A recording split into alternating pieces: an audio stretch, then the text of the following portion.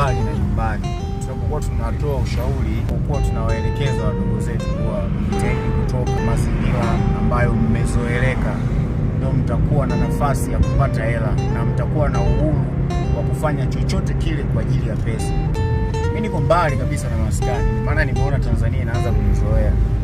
Nimeacha kila kitu nyumbani, nimeacha magari, nimeacha majumba, ila mke sijawaachia. Mke nimeondoka naye kwa sababu Watanzania wakishaona mwamba amesafiri, waga wanatumia nguvu nyingi sana kufanya ushawishi.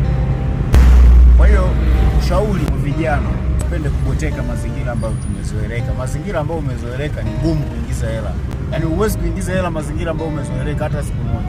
Endelea kukaa hapo hapo afu kuangalia. Yaani mwisho wa mwaka ndio utakuja kujua nini umefanya.